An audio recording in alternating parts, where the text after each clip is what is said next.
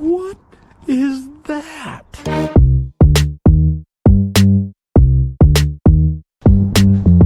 What's up, everybody? It's a little windy out. Hopefully you can hear me. It's not having to get too close to my face. Welcome back to the channel. I am T. I am your host. We're messing around with the new 67. We're gonna get started and see if this old slant's got some life left in her. First things first, she's gonna need a battery. And I've got my trusty remote starter switch hooked up. We're gonna see if we got some juice.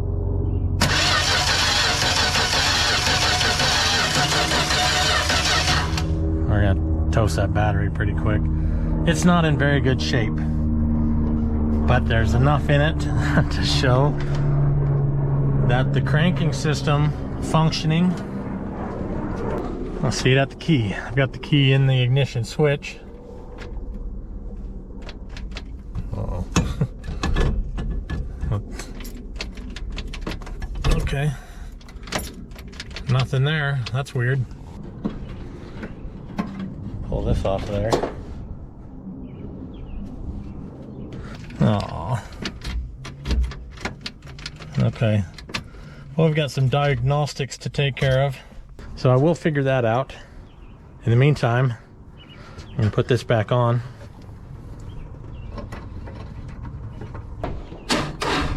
Okay, we're still cranking. Something's going on at the key. We'll figure it out. I've got the key in the hot position. The run position, also known as. We're not going to get too crazy, but we're going to see if this thing will kick over a little bit. Notice no carb. That's okay. And I'm using brake clean because I don't remember where my starting fluid went, or if I even have any.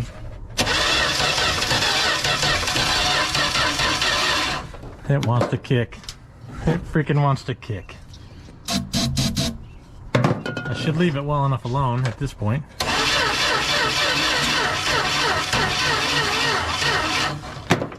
There's spark.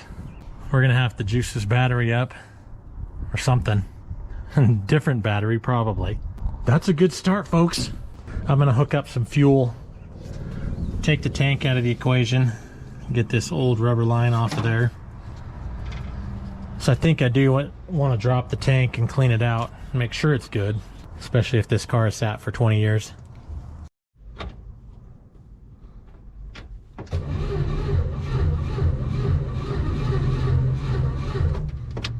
Well, that's crankage. Unfortunately, not much in the battery. But let's go back over here. So I think when I started hooking up the remote starter switch, I must have wiggled or loosened the neutral safety switch connector.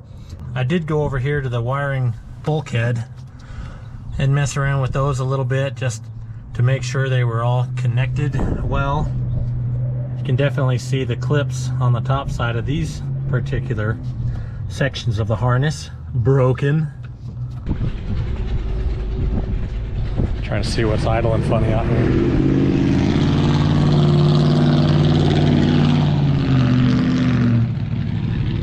Not too shabby for a Chevrolet. I heard rumble and I went running or walking. We have a functioning wiring harness, it does appear, with some blemishes, but that's what made it work again. Just wiggling wires around. It was either on the relay, the starter relay, or at the bulkhead. Something made things happen again. And we're back. It's a beautiful spring day in Utah.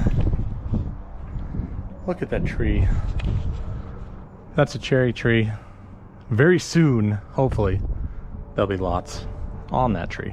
We don't typically talk about fruit trees on T's Good Times Garage, but what we are going to talk about today is my recent acquisition, this 1967 Dodge Dart. And I know I forgot to show everybody, but I do wanted to let everybody know that there is oil in the crankcase. It's a little dark, and it is a quart low. So before we actually do try to start it, we are going to dump a quart of oil down there, specifically. See how it says oil? And you may remember from the first video, we found a carburetor in the trunk. We're gonna need that. I'll show you why here in a minute. Thought I was gonna have to find a carburetor. And this is a Holley 1920. I figured since it was already off, I would go ahead and refresh it. So that's what we did.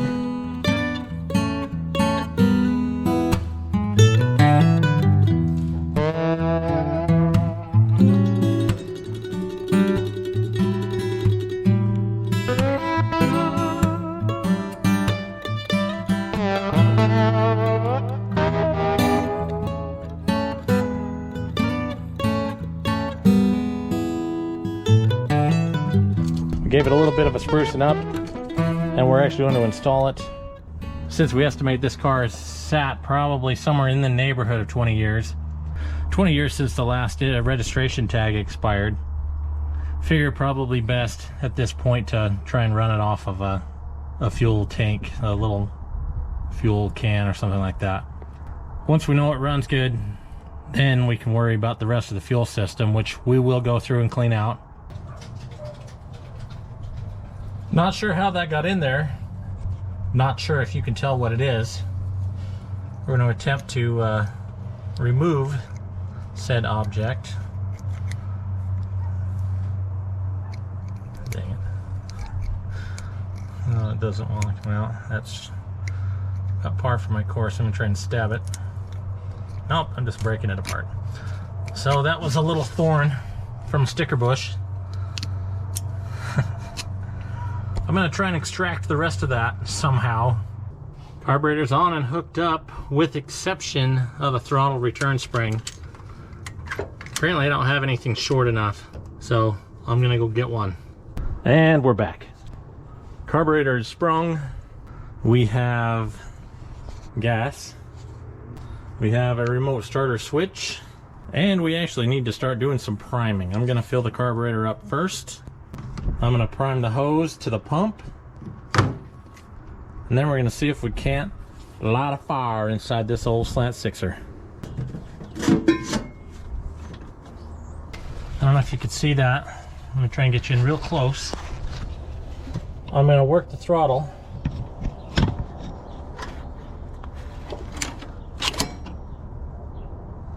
There's some fuel leaking somewhere here in the middle of the carburetor, down underneath. So, lucky for us, I have this pile off of Riley's duster. So we're going to swap these out really quick and then give it a go with the old Daryl carb.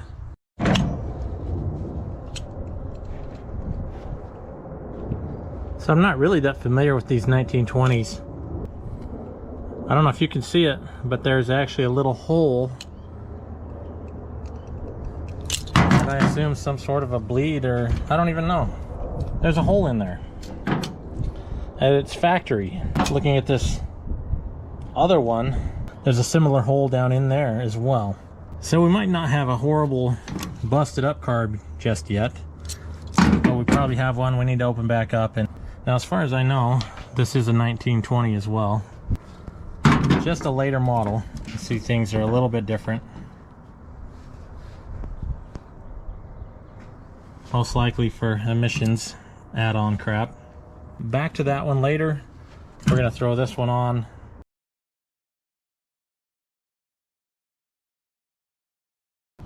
Truth be told, folks, this is the second start.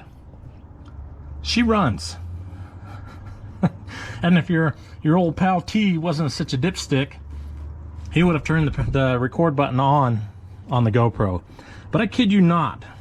She started this easy.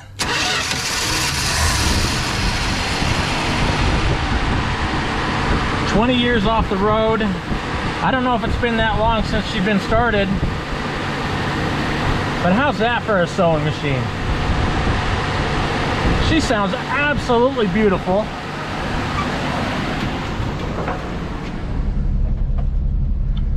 The alternator charging.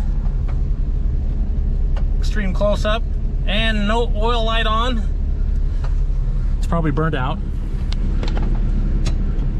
Turn signal. Oh, those are the hazards. That's interesting. Let's see what's going on there.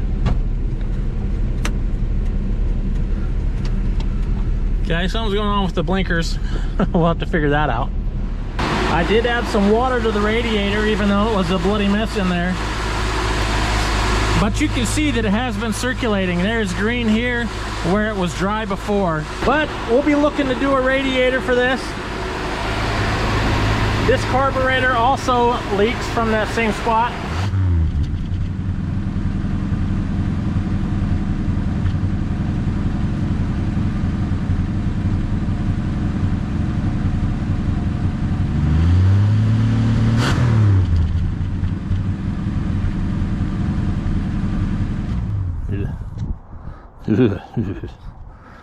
Taillights work.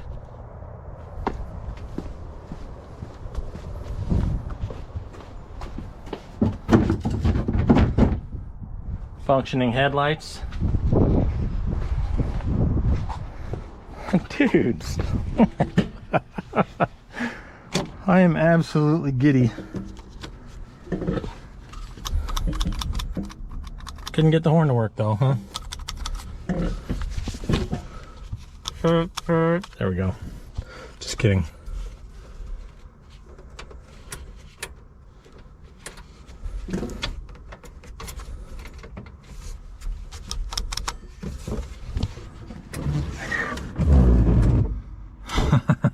Wipers work.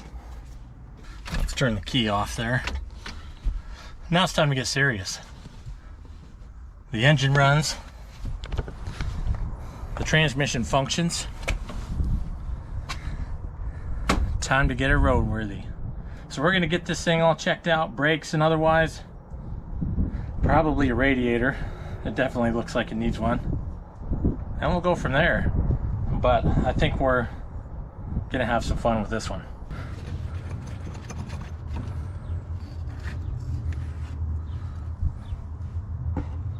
So we've got some fluid in the reservoir. Completely dry in the front. So we're gonna find out where all that fluid went and get these brakes serviced up nice. We'll figure out what's going on with his carburetors. And of course a radiator. I think brakes, radiator, carburetor, and she'll be pretty dang close. But with any luck, we'll have a summertime cruiser here before you know it. Of course, I'll take you along with as we get things sorted out on the Dart, on the new Dart. Thanks for watching, guys. If you don't mind, hit that like button. If you're a subscriber, hey, thanks. I do appreciate it. If you're not, please give that some consideration. We're getting this one back on the road. Quick update on the new Dart.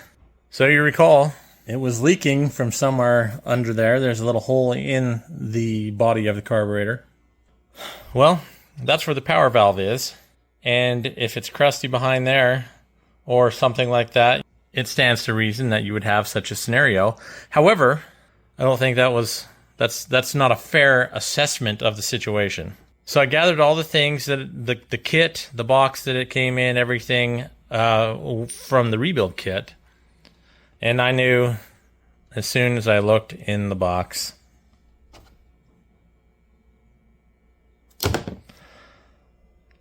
yep, I put the old power valve back in it like a dipstick. I would say that's probably 99% sure the issue as to why it leaked. So, I was dumb. I did something stupid.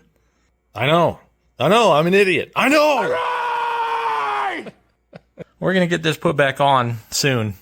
Stick around. And a follow-up to the follow-up.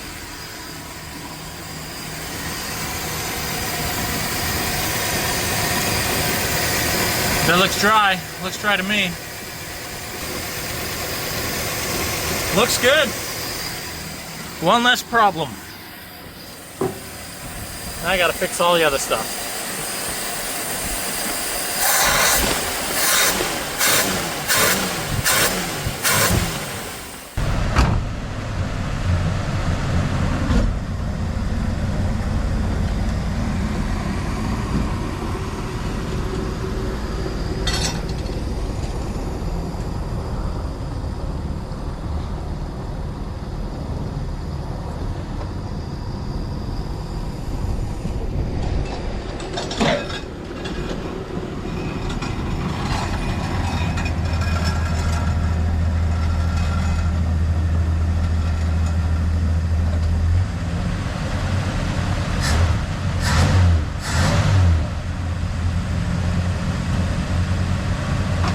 Thanks for watching, everybody. Take care, and we'll see you on the next one.